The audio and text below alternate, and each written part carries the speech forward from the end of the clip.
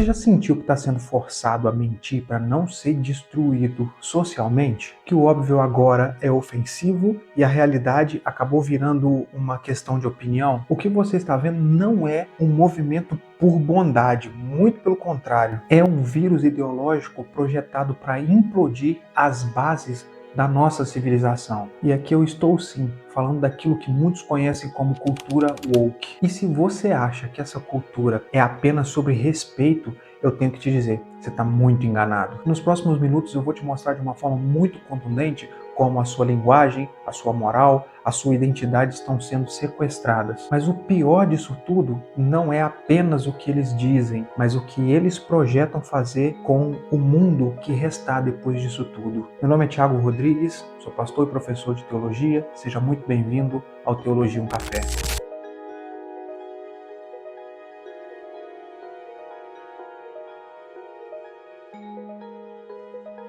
Para ficar mais fácil, para a gente prosseguir a nossa conversa, eu não vou usar o termo cultura woke, vou usar o termo wokeismo. E para a gente compreender melhor, o wokeismo não é um movimento político, pelo contrário, é um movimento filosófico de abordagem crítica que deseja redefinir a antropologia humana. Para eles, você não é um indivíduo com alma, liberdade e ação. Você é apenas um amontoado de categorias sociais, por exemplo, raça, gênero, classe, e eles odeiam a ideia de que todos nós somos iguais perante a Deus ou perante a lei. Braulia Ribeiro, no seu e-book Wokeismo, explica que esse movimento abraça um racialismo ideológico que separa a humanidade em grupos moralmente irreconciliáveis. A ideia é que se você pertence ao grupo opressor, você já nasce culpado. Mas se você é do grupo oprimido, você tem uma licença moral especial. Eles então acabam trocando a justiça real pela vingança histórica. Mas como eles conseguem então convencer sociedades inteiras a aceitar esse tipo de coisa?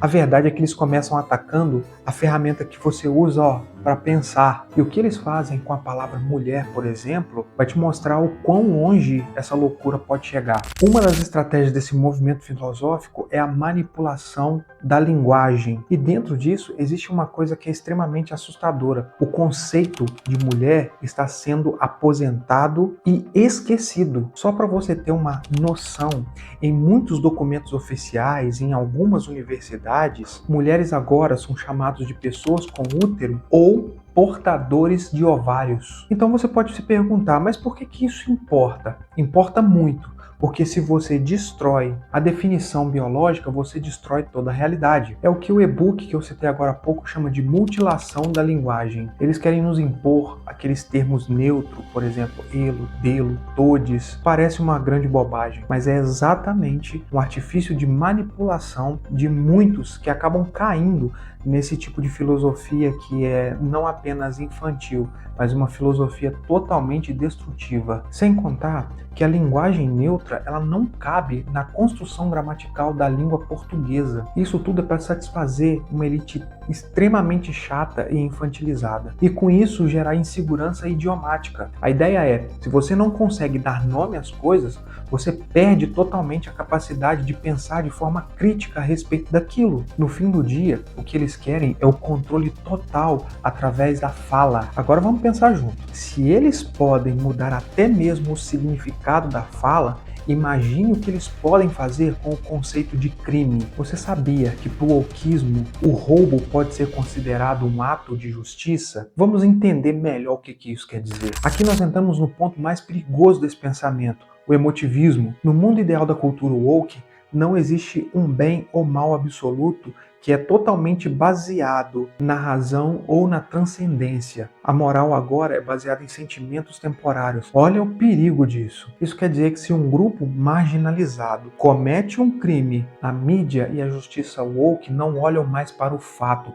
mas para a dor do criminoso. Um exemplo disso é que se você der um Google, der uma pesquisada, você vai ver que em algumas cidades da Califórnia, lá nos Estados Unidos, as pessoas que roubam valores menor do que $1.000, elas não podem ser presas. A questão é que no nosso país parece que a coisa está acontecendo de igual forma. Ainda não tem lei sobre isso, mas pessoas que cometem furtos de celular, que roubam pessoas nos trens, nos metrôs, acabam não ficando presos realmente, porque o conceito de crime é totalmente relativizado, e isso mostra que a lei deixa de ser um escudo para o cidadão e passa a ser uma ferramenta para aquilo que muitos chamam de engenharia social. Portanto, o certo e o errado agora dependem de quem você é na escala de opressão. E isso não é justiça, é anarquia moral disfarçada de virtude. Mas saiba que nada disso é por acaso. Existe sim um alvo final, existe uma base que eles precisam destruir para que o wokeismo finalmente tome conta de tudo. E essa base é exatamente